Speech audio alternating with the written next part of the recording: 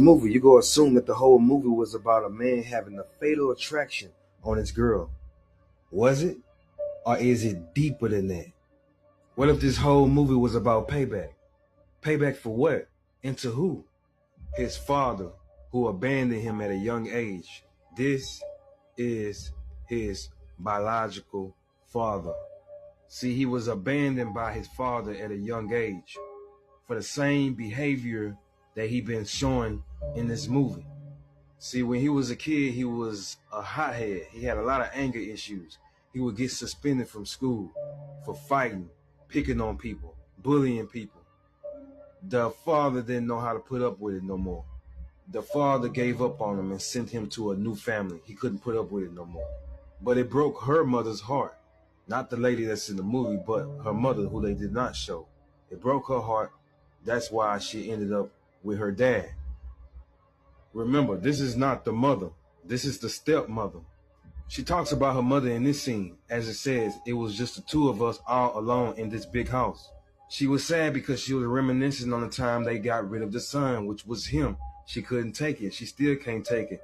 That's why she had moved with her father. That's why it says, I don't know. I only moved up here about a year ago. She talking about moving with her father. So what is his goal? His goal is to bring all the pain and suffering to his father that he had to go through by becoming an orphan and going through all these foster care and foster homes. And how he's going to do that?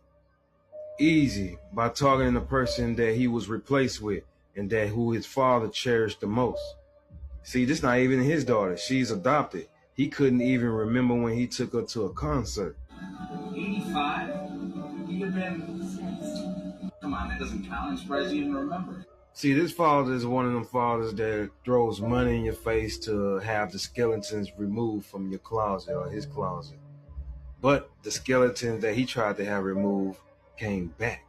So you can only fake for so long until one of them skeletons you buried get back up and come and expose you. You see how he trying to live the wealthy lifestyle like everything's cool. Got the young tenderoni over here cooking in the kitchen like everything's good. Jogging all the way until you see that big house he got with that expensive dog coming running out of nowhere. Yeah, he living the good life. But once he grew up and found out that his father replaced him with an adopted daughter, oh, that's when he went after him. And he used a friend to set it all up. Look at the look in her face. She even giving them the look to let them know, I got her. Now show the boy.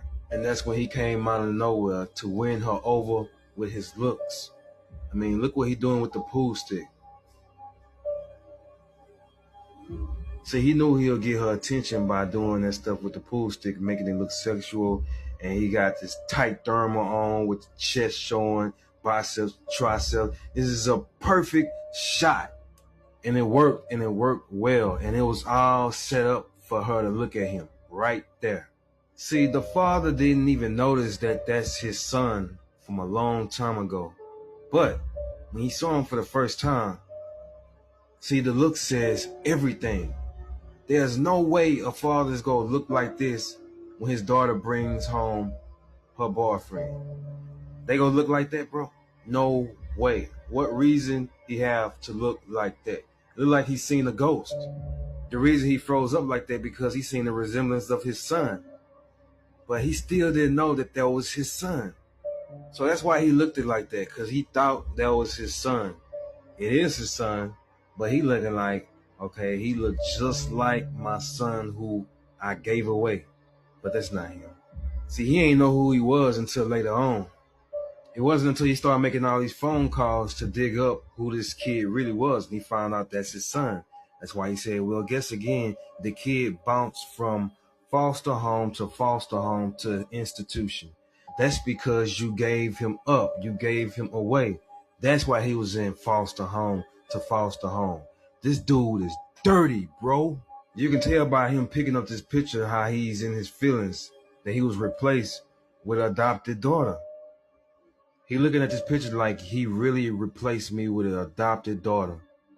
And that's why he trying to make his life a living hell by going after the adopted daughter.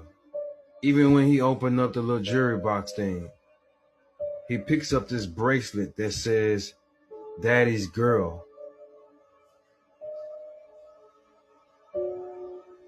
That really pissed him off because now he looking at it like, damn, he really cherished this girl. And that's what turned him into the psychotic person he is. He never got help. He was abandoned when he was a child. The father is the problem. He is the victim. See, this is what happens when you got all the money in the world and try to bury your problems instead of dealing with them. When you don't deal with them, they become worse and worse and worse to the point where it's uncontrollable. Let that be a lesson. Remember, the movie is called Fear, not Fatal Attraction. Fear, meaning he's in fear of the past creeping up on him. And this is what happens when you think you got rid of the past. It creeps back on you. Notice that the father has the same anger issues his son got. Like in this scene, he was supposed to go to a concert with them, but he couldn't go because of his job. Look how mad he get.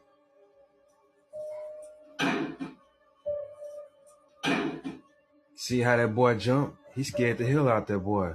But hey, what can you say? It runs in the family.